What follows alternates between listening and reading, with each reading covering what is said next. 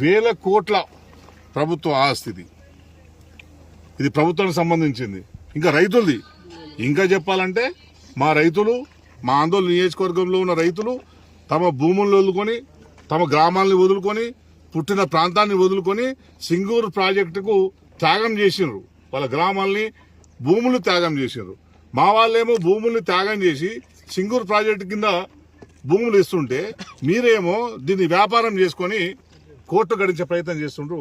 దామోదర రాజనరసింహ బామర్ది, దామోదర రాజనరసింహ సహకారమే. దామోదర రాజనరసింహ తెలియకుండా ఏం జరగదు. ఎందుకంటే ఇంతకుముందు దీన్ని పూడ్చే ప్రయత్నం చేస్తే గ్రామస్తులు వీళ్ళు చెప్తున్నారు, వచ్చి అడ్డుకున్నారు. అప్పుడు వీళ్ళందరూ కూడా అడ్డుకున్నారు. అప్పుడు ఆగిపోయినారు. తర్వాత బీఆర్ఎస్ గవర్నమెంట్ ఉండే, బీఆర్ఎస్ గవర్నమెంట్ కూడా ఇటువైపు రానిలేదు, ఎవరిని మొత్తం ప్రొటెక్ట్ చేసింది.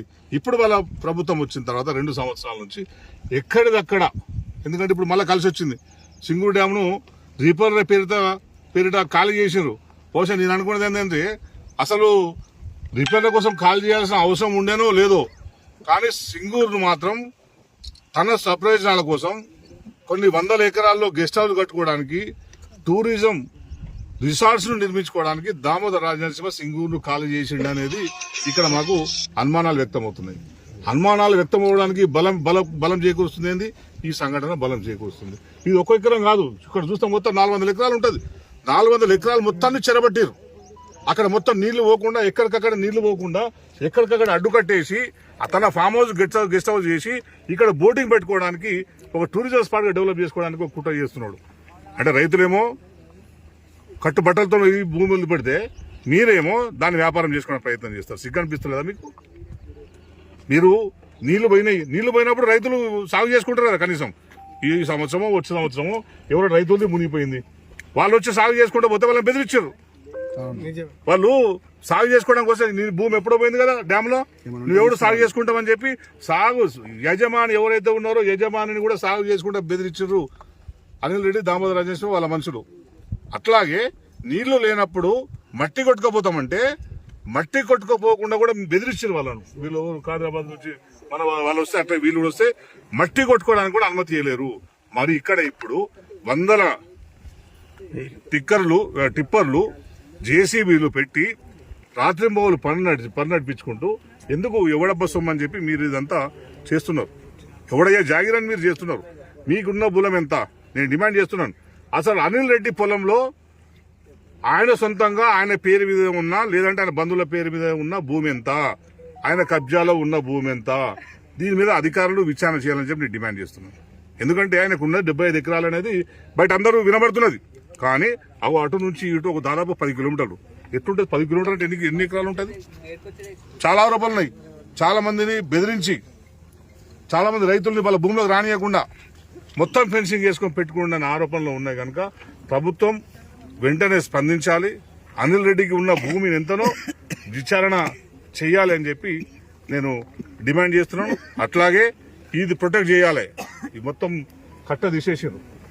కట్ట ఉండడం వల్ల ఏమైంది, అక్కడ నుంచి అక్కడ కట్ట ఉండడం వల్ల ఏమైందంటే అక్కడ సాయిపేట గ్రామం ఉంది, అక్కడ రైతులు పంటలు పండించుకుంటారు. నీళ్ళు ఆగిపోతాయి. నీళ్లు బ్యాక్ వాటర్ ఇంటికి పోయిన కొద్దీ నీళ్ళు ఆగిపోతాయి, పొలం తేలుతుంది, వాళ్ళు పొలం చేసుకుంటారు.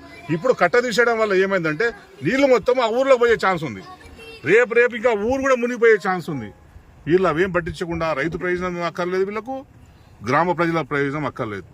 గ్రామం మునిగిపోయినా పర్వాలేదు, కానీ ఇక్కడ వాళ్ళ ప్రయోజనం టూరిజం స్పాట్ ను డెవలప్ చేసుకోవాలని ఒక కక్కుర్తి తప్పించి వాళ్ళకి ఏమున్నట్లు కనిపిస్తలేదు.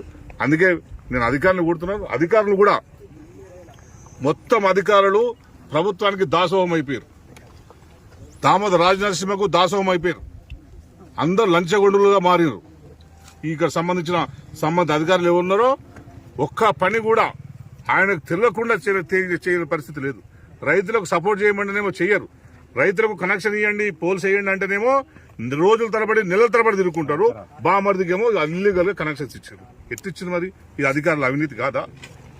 యంత్రాంగం మొత్తం ఊగిడం చేస్తున్నారు. మంత్రి గారికి ఎవడబసంగా చేస్తున్నారు. మీరు చర్యలు తీసుకోండి. వెంటనే ఇది ఆపండి. మీ అబ్బ సొమ్ము అనుకుంటారా? ప్రభుత్వ ఆస్తిని కాపాడాల్సిన బాధ్యత మీ మీద ఉంటుంది. ఎవరైనా రైతులు ఒక ట్రాక్టర్ మట్టి కొట్టుకోబోతున్నాయని ఆపుతారు. నానా హింస పెడుతున్నారు. ఎక్కడ కూడా గ్రామాల్లో కూడా చెరువుల నుంచి మట్టి కొట్టుకోకపోతే ప్రతి గ్రామంలో పోలీసులు, రెవెన్యూ అధికారులు మామూలుకు అలవాటు పడి ఎవరిని కూడా కనీసం ఇల్లుకు అవసరమయ్యే మట్టిని తీసుకుపోతుంటే కూడా ఆపుతున్నారు, పైసలు వసూలు చేస్తున్నారు. మరి ఇంత పెద్ద యాక్టివిటీ జరుగుతుంది ఇక్కడ. ఇది కబ్జా కదా? ఇది కొన్ని వందల ట్రక్కులు పెట్టి పని జరుగుతుంటే ఎందుకు చోద్యం చూస్తున్నారు?